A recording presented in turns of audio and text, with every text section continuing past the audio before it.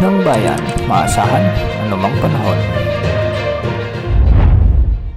Magandang oras po sa ating lahat. Narito na ang latest update sa lagay ng ating panahon at sa mga binabantayan nating bagyo sa loob at labas ng ating area of responsibility.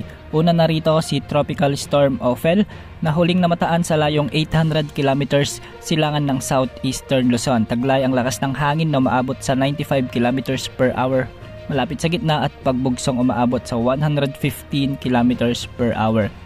Sa ngayon ay kumikilos ito ng kanluran, hilagang kanluran sa bilis na 30 kilometers per hour. Ngayong gabi inaasahang lalakas ito bilang severe tropical storm dahil ito ay kasalukuyan nag-undergo sa rapid intensification o yung mabilisang paglakas ng isang bagyo dahil nga ito ay nasa karagatan pa rin na sakop ng Pilipinas.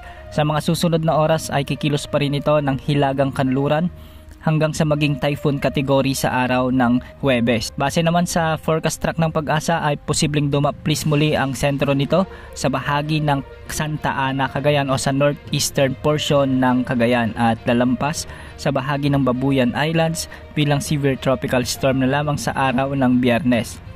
Pagsapit naman ng Sabado ay palapit na rin ito sa southern part ng Taiwan hanggang sa araw ng Linggo. Posible pang pagbabago sa track ni Bagyong Ophel dahil nga meron tayong tinatawag na cone of probability. Pag sinabi natin cone of probability, posibleng umangat pa ng bahagya ang kanyang track o di kaya naman kung malakas ang bugso ng northeasterly wind flow o kung may high pressure area sa taas nito ay posible namang bumulusok o bumaba ng bahagya ang kanyang tinatahak na track. Kaya sa mga lugar ng Isabela, sa may Northern Aurora at sa may Cagayan, ito yung mga lugar na pinag-iingat natin dahil posibleng dito dumaan ang sentro ng bagyo sa pagsapit ng gabi ng Huwebes. Ayon sa Pag-asa, posibleng itaas na ang tropical cyclone wind signal number 1 sa bahagi ng Cagayan Valley ngayong gabi o di kaya naman ay bukas ng madaling araw.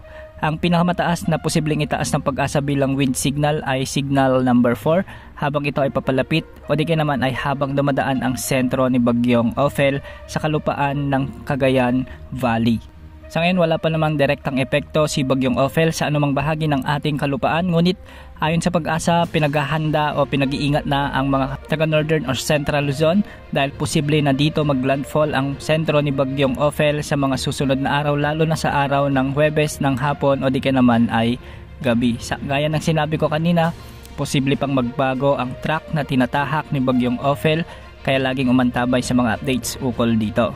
At bukas nga araw ng Miyerkules, dahil sa patuloy na paglapit ng Bagyong Nika sa bahagi ng Central at Northern Luzon, posible nang makaranas ng mga heavy to intense rains ang lalawigan ng Isabela. Sa ngayon ay lubog pa rin sa baha ang ilang bahagi ng Isabela dahil sa nagdaang si Bagyong Nika. Pinag-iingat natin ang ating mga kababayan dyan at laging mag-monitor dahil posible na muling makaapekto si Bagyong Ophel sa bahagi ng probinsyang ito. Samantala posible namang makaranas bukas ng moderate to heavy o katumbas ng 50 to 100 mm na pag-ulan ang mga lalawigan ng Cagayan, Apayao, Abra, Kalinga, Mountain Province, Ifugao at ang Aurora. Ang mga lugar ding ito ay pinag-iingat natin dahil posible rin ang banta ng pagbaha at pagguho ng lupa lalo na kung may mga umiiral na malalakas na pag-ulan. Samantala nakalabas na kaninang hapon si dating Bagyong Nika o ang may international name na Turaji. Huli itong namatan ng Pag-asa sa layong 365 kilometers kanluran ng Northern Luzon. Taglay pa rin ang lakas ng hangin na umaabot sa 85 kilometers per hour malapit sa gitna at pagbugsong umaabot sa 105 kilometers per hour. Kumikilos pa rin ito ng 15 kilometers per hour ng hilagang kanluran. Sa mga susunod na araw ay kikilos pa rin ito ng ganitong direksyon at posibleng malusaw na bilang low pressure area o humina bilang low pressure area sa mga susunod na araw. Samantala, ang isa pang bagyo sa labas ng ating area of responsibility na sumusunod naman kay Bagyong Ophel ay may international name na Manye. Sa ngayon ay isa pa itong tropical storm category at huling namatan ng Pag-asa sa layong 2,495 kilometers silangan ng southeastern Luzon. Sa ngayon ay taglay pa rin nito ang lakas ng hangin na umaabot sa 75 kilometers per hour malapit sa gitna at pagbugsong umaabot sa 90 kilometers per hour.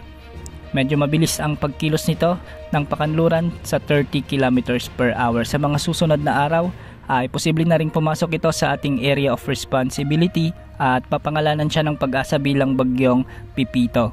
Dahil sa medyo malayo pa ay hindi pa tiyak kung saan o paano ito makakaapekto sa ating bansa, kaya laging umantabay din sa mga updates ukol sa bagyong ito. Ngunit para sa forecast nito, posibleng makaapekto ito sa bahagi ng Bicol Region, sa may Eastern Visayas o di ka naman ay sa Central at Northern Luzon ulit.